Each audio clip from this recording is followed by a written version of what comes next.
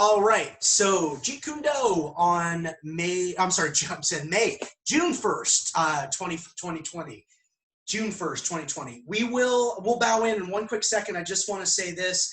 This recording will pick up exactly where last week's recording ended, which is we only really had one Junfon level 1 requirement, and then we're going to jump into Junfon level 2 as far as what solo training might look like. Okay, so let's bow this class in.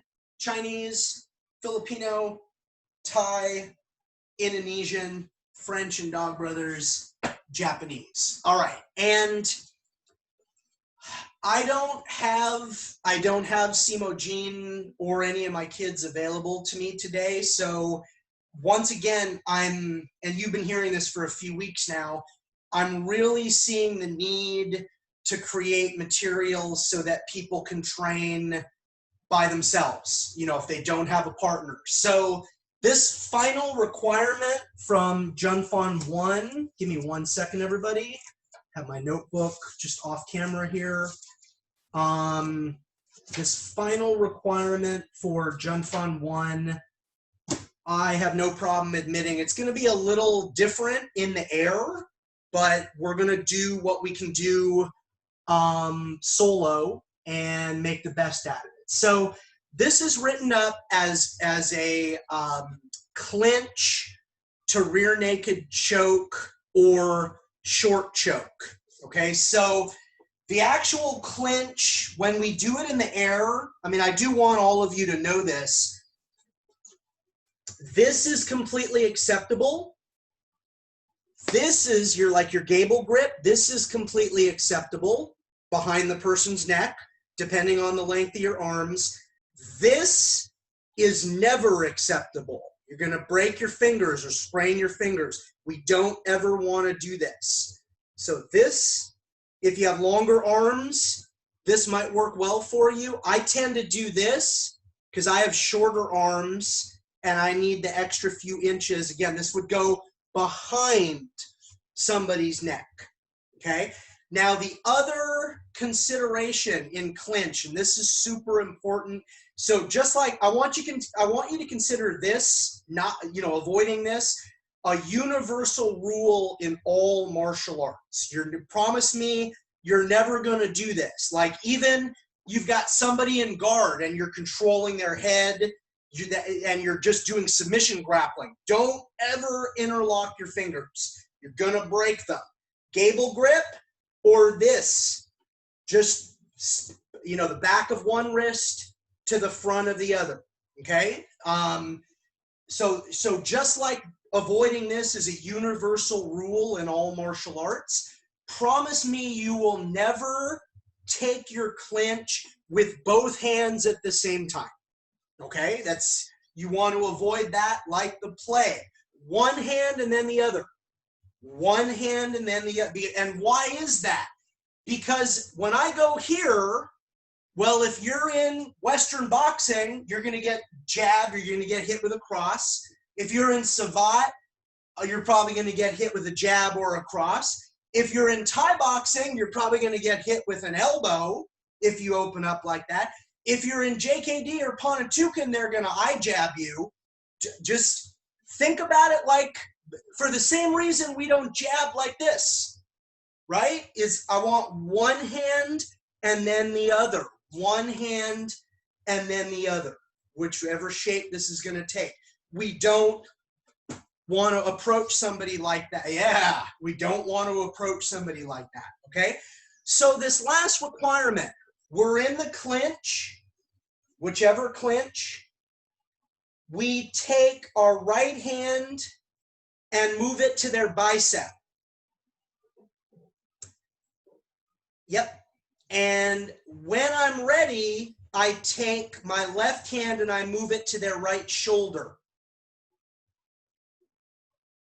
I'm going to pull with my right hand and push with my left hand. Yep. And then my left arm is going to wrap around.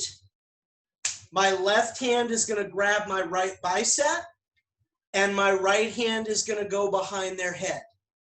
And that's your clinch progressing to your rear naked choke.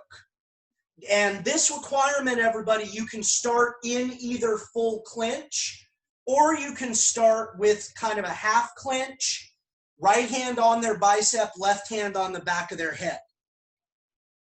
Like the clinch position with the left and the right on their bicep.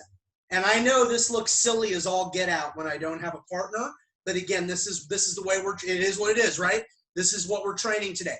So when I'm ready, my left hand moves to their shoulder. I pull with my right and push with my left. My left hand wraps under their chin and grabs my left hand grabs my right bicep. My right hand goes on the back of their head. Okay, and Rob and Karen have the benefit of actually doing it with another person. So if you want to look at their video feed, there we go. And Ivan's got a training dummy. That's fantastic.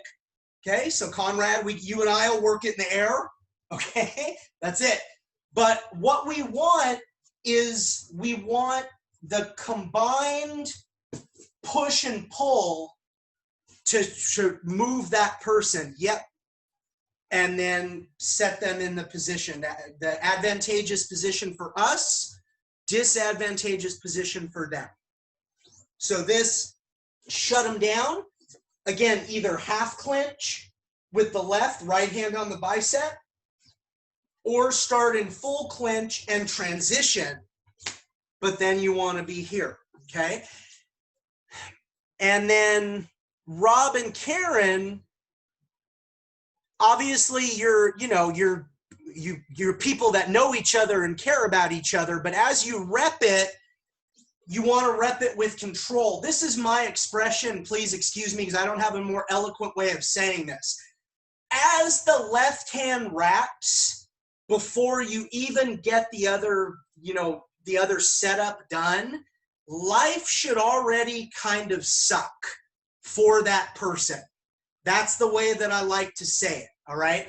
I don't try to be macho, but I do play around with trying to tap people sometimes with one arm only, okay? Now, I don't have I have okay triceps. I don't have very big biceps. I'm not the strongest guy in the world.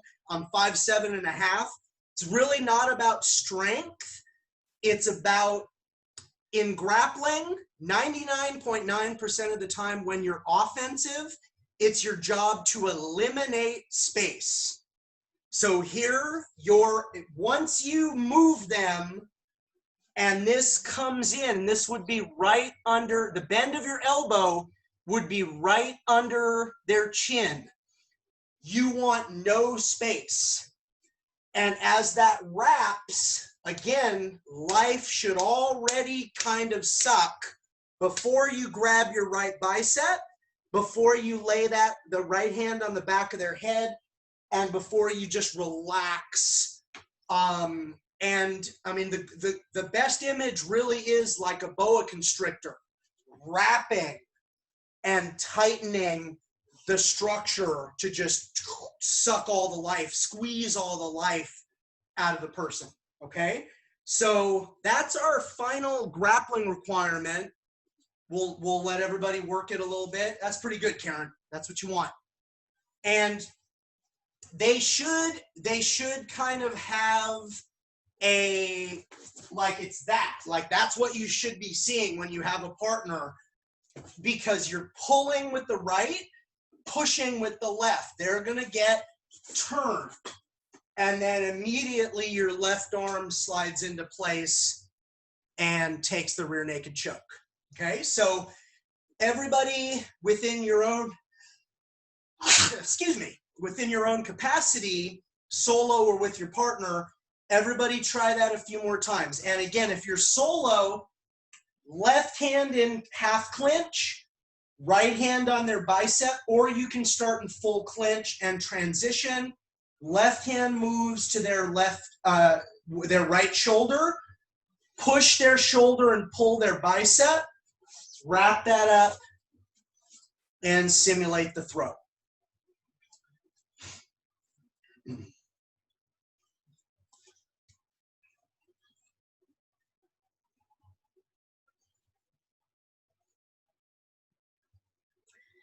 And this is, while you're all moving through that, this is very much in the tradition of what the late, great Larry Hartzell, Sifu Larry Hartzell, what he referred to as a quick kill. Now, he meant more from the standpoint of ending the fight, like the fight is over, rather than actually, you know, ending somebody's life. But this was meant to be like 1, 2, done.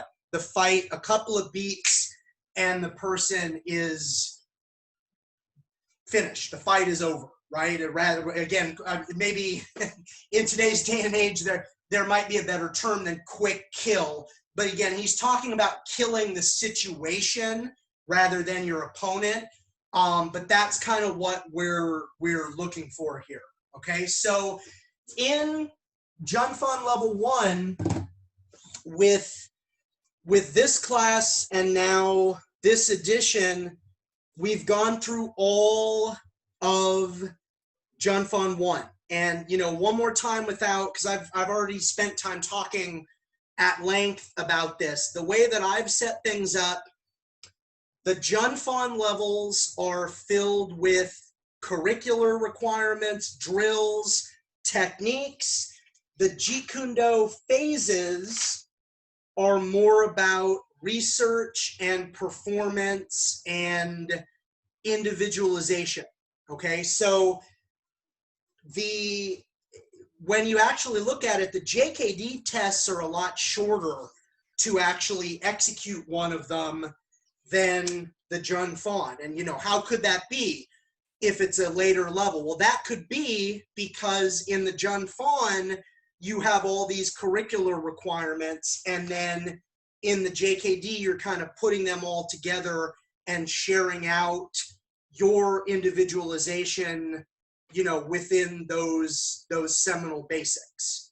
So we're going to move into Junfan 2, and a lot of this will be somewhat difficult to demo without a partner, but we're going to continue down that line just to get people feeling empowered to work by themselves if they are stuck on their own. And that's, you know, what I kind of want to do. So footwork. If everybody's in a left lead for this, because this one's not going to matter. The foot replacement is this. Rear foot steps in, and then you step back. This is your foot replacement, all right? I'm just keeping my hands up. I'm going from Baizhong to Baizhong. And remember, again, Baizhong is a little bit more in line. See how my hands are in line, okay? And I'm in a lead. That's a little bit more Bruce Lee. Now, is that the one way? No, that looks different than, this will be a little weird for me, that looks different than Thai boxing, because Thai boxing, it's a little bit more full front. Okay, but I love Jeet Kune and I love Thai boxing. They both have a lot to offer. But just know, traditional Baizhong, Bruce Lee really wanted everything in line. He wanted his feet in line, up off the rear heel, you know, ready to spring, boom, ready to move in.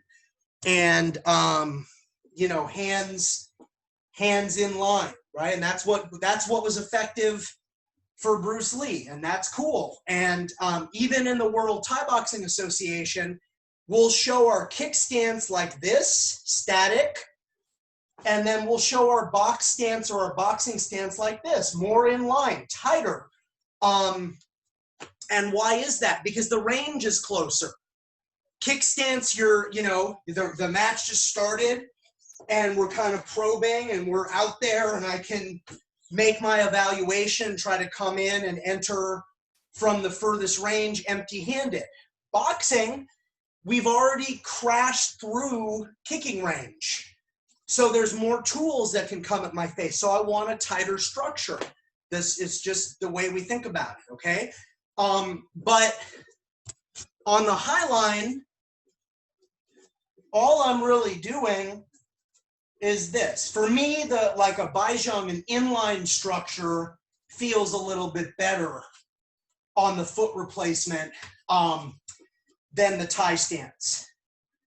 And part of that, I don't mind admitting, you know, doing a right or a southpaw tie stance just feels weird to me because I've spent most of my time, my 17 plus years in Thai boxing in an orthodox league. Okay, and that's just that's those years, you know, accumulated. It feels weird on the southpaw side. Doesn't mean it's bad. I'm just talking about my own preferences. Okay, heel and toe sway. This is so easy. Here, trying to break this down for you. So like the way you train your hook into the way you train your cross. Your hook, your cross, your hook, your cross, and then just take the punches out, right? Because you're focused on footwork. So here's how I train my hook. Here's how I train my cross. Hook, cross, hook, cross. Then I just stop punching. And there's my heel and toe sway. Okay. And, you know, let me share this with you. I know we're in Jeet Kune right now. This past year, training Balintawak Quintada, which is the lineage under Grandmaster Bobby Tabuada. I have a Balintawak instructorship from Master Virgil Cavada. That's more the Attilio, Saavedra progression. Grandmaster Bobby, the rotation, it's all about the rotation. Like, and when I started in that system,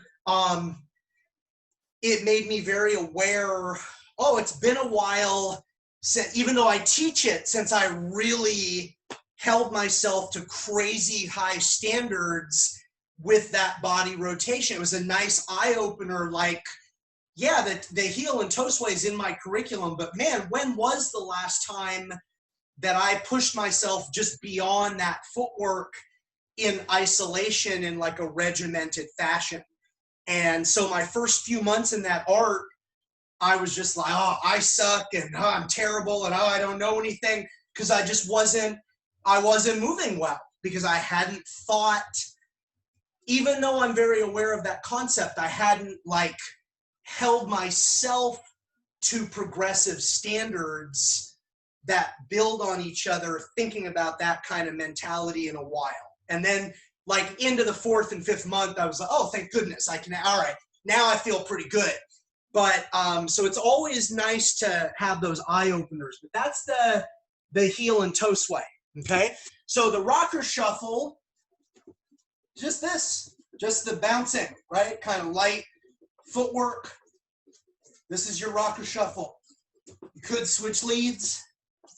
This is kind of the Savat modality. That's where they like to stay. And I mean, I will share this. If you train Thai boxing, you have to find a way to balance those modalities, because the Thai boxing is very, very heavy. Like, is from the standpoint of, you know, this whole bouncing, I got bouncing energy versus I've got my, I mean, I'm still ready to go in my Thai boxing modality, but it's different energy, okay?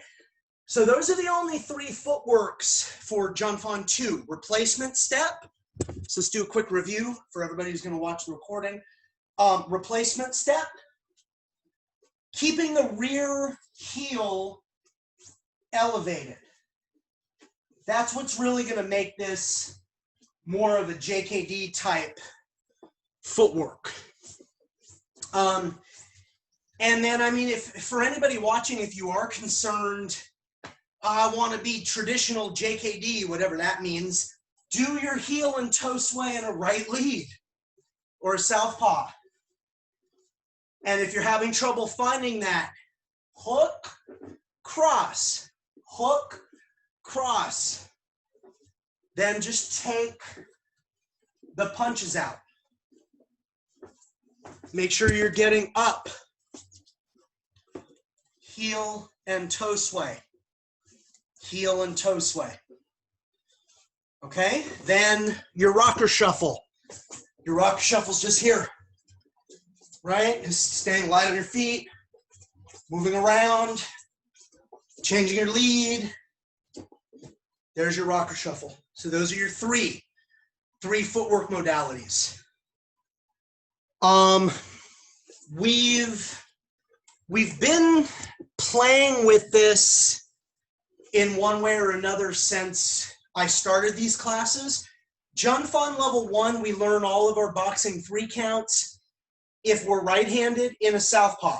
That's traditional JKD, dominant side forward.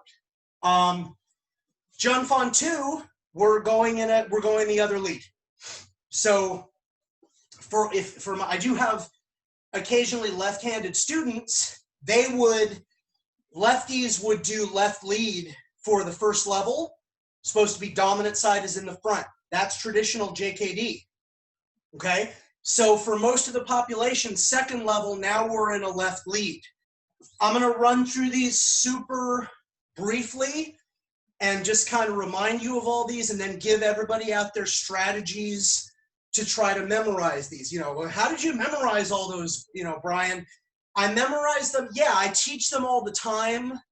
And I mean, I guess I'm an educated person. I don't really know what that means in terms of learning this stuff. I'll show you exactly how I mentally keep all of these straight, above and beyond just teaching them all the time. Okay? So we're all in left lead, triple jab. Jab, cross, jab. Jab, cross, jab. Jab, cross, hook. Jab, cross, hook. Jab, cross, body hook. Jab, cross, body hook. Jab, cross, lead uppercut. And when you do this, don't disconnect. That's one. I'm going to do it wrong. That right there. That's a great way to get knocked out. Uppercuts come off your face. Don't worry about the split second that it costs you to dip your elevation. Because imagine I hit him, boom, and then the very next second I come into that punch. It's okay. It's all right. That's better than, who's going to win? That's a great way to get knocked out, okay? Jab, cross, lead, overhand. Hit with your knuckles. Jab, cross, lead, hammer fist. Hit with the bottom of your hand. Cross, jab, cross. Cross, hook, cross. Cross, body hook, cross. Cross, lead, uppercut, cross. And make sure you don't disconnect. Cross, lead, overhand, cross. Hit with your knuckles. Cross, lead, hammer fist, cross. Lead uppercut, rear uppercut, hook. Lead uppercut, rear uppercut, hook. Rear uppercut, lead uppercut, cross. Rear uppercut, lead uppercut, cross. Starting the last two and finishing with your right hand. Overhand, uppercut, overhand. Overhand, uppercut, overhand. Hammer fist, uppercut, hammer fist. Hammer fist, uppercut, hammer fist. Okay, that's it. That's the same list. However many that is. I've been teaching that for so many years in that order. Both leads. And, so a couple of just little simple, if you didn't already pick them up, if you haven't heard me say them a million times, I repeat myself a lot. The first one, triple jab, you just got to kind of remember that. That's the outlier, triple jab, okay? Jab, cross, X. Go through all your tools. Jab, cross, jab. Jab, cross, hook. Jab, cross, body hook. Jab, cross, lead uppercut. Jab, cross, lead overhand.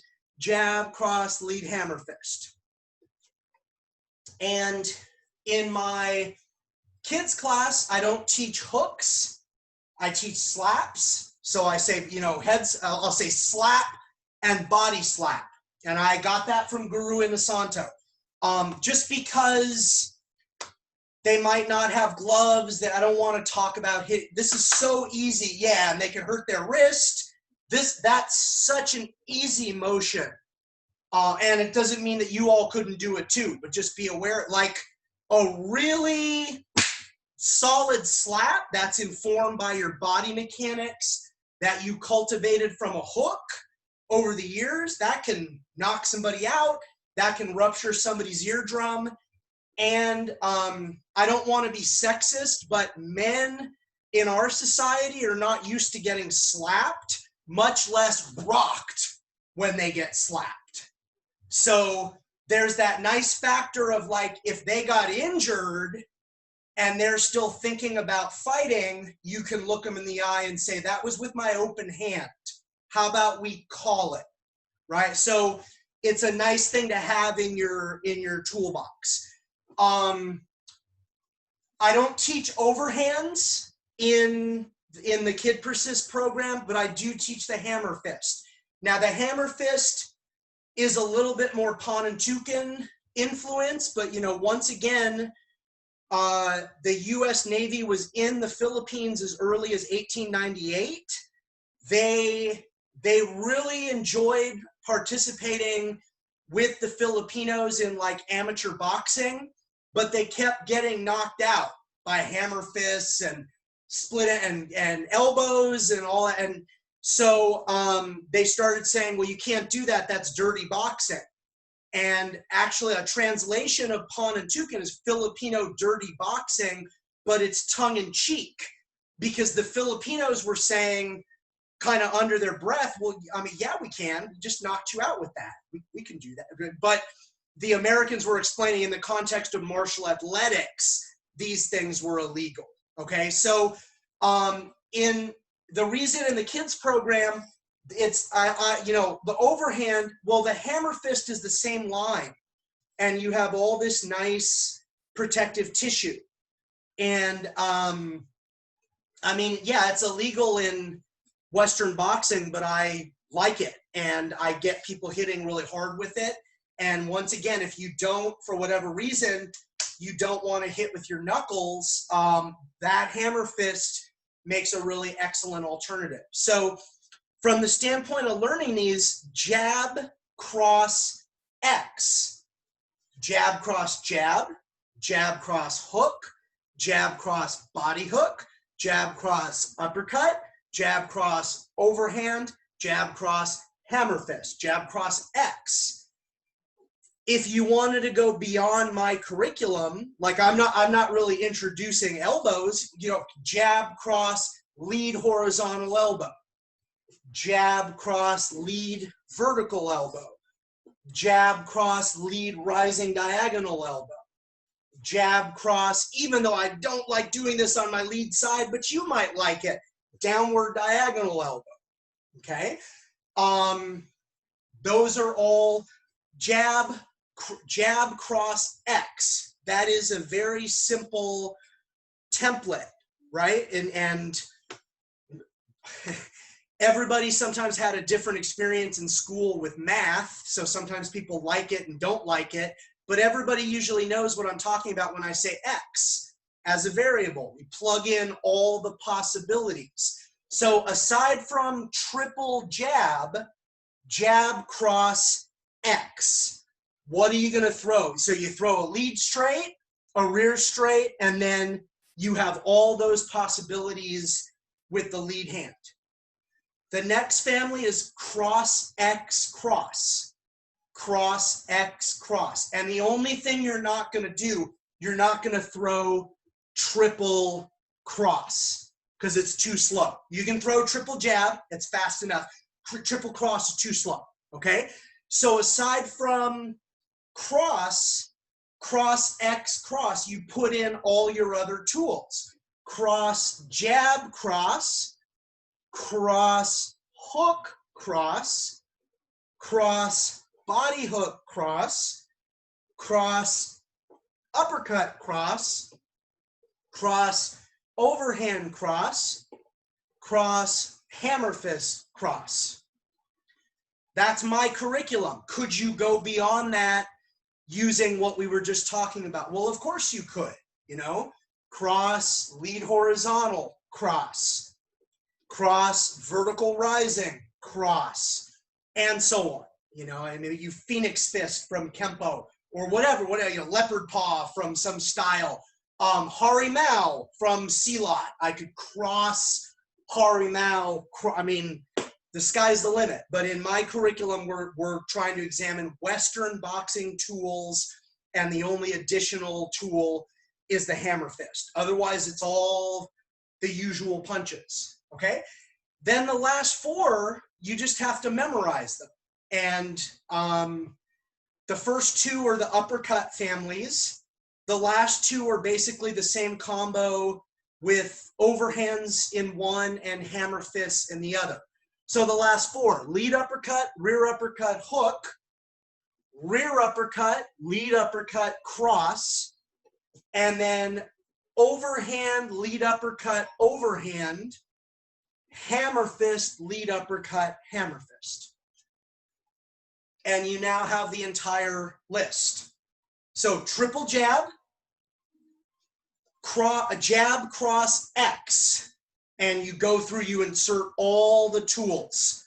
Jab, hook, body hook, uppercut, overhand, hammer fist. Cross, X, cross. So you insert all the lead hand tools. Jab, hook, body hook, uppercut, overhand, hammer fist. And then the last four, you just got to memorize. How do I memorize them? Well, two that deal with uppercuts. Two uppercuts, and then a punch on that side. If I start with my lead side, that punch is going to be a hook. If I start with my rear uppercut, that third punch is going to be a cross. And then the final two are really the same combo. Overhand, uppercut, overhand, and then do the same thing with hammer fist, uppercut, hammer fist. And you have all of them, okay? So I spent a little bit more time there, but in terms of boxing 3 counts, jump on 1, if you're right-handed, like most of the population, you're in a right lead. Triple jab, right? Jab, cross, X. Run through that whole family. Then cross, cross, X, cross. Run through that whole family. Then the last four: lead, rear, hook, rear, lead, cross, overhand, uppercut, overhand, hammer fist, uppercut, hammer fist. Change your lead. Triple jab, jab, cross, X. Hook, body hook, uppercut, overhand, hammer fist. Cross, X, cross. Jab, hook, body hook, uppercut, overhand, hammer fist. The last four: lead, rear, hook, rear, lead, cross, overhand, uppercut, overhand, hammer fist, uppercut, hammer fist. Then we'll kind of end on this. Then you have 4 through 7 for the ABC roundhouse kick sandwich series. So I prefer a left lead. You can choose whatever lead you want right now, because to wrap these last 3 minutes up. Overhand, uppercut, overhand, or hammer fist, uppercut, hammer fist in between the kicks. So lead now tech. I'm going to go overhand, uppercut, overhand, lead now tech, right? And the now tech is either lean back into the kick, just lean back and throw it, or if I have the room, I pendulum into it, right? And my pendulum is essentially like we had slide step. My pendulum is slide kick, right? It's sliding into that, loads my lead kick. Number 5, I've got cross, body hook, head hook, cross in between the kicks. So I now tech, cross, body hook, head hook, cross, lead kick. 6, cross, uppercut, uppercut, hook, cross. Go back to switching each time. So I go lead kick, cross, uppercut, uppercut, hook, cross. Finish with a kick. 7, I'll change the elevation.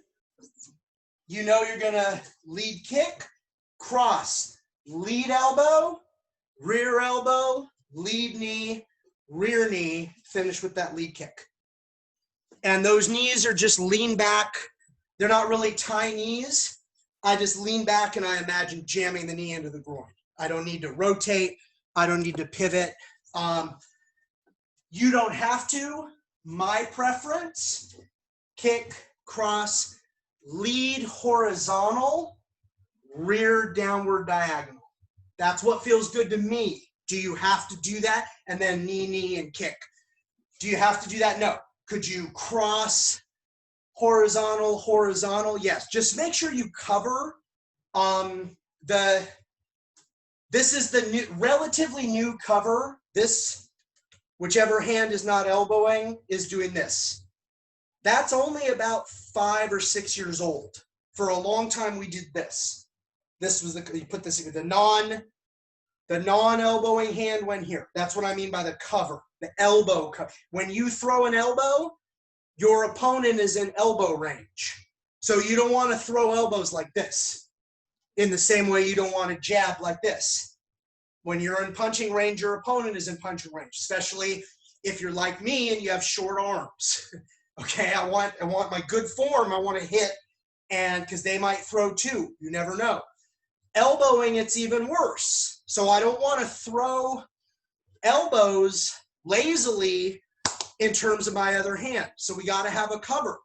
So in the World Thai Boxing Association, this is the current cover. It doesn't matter.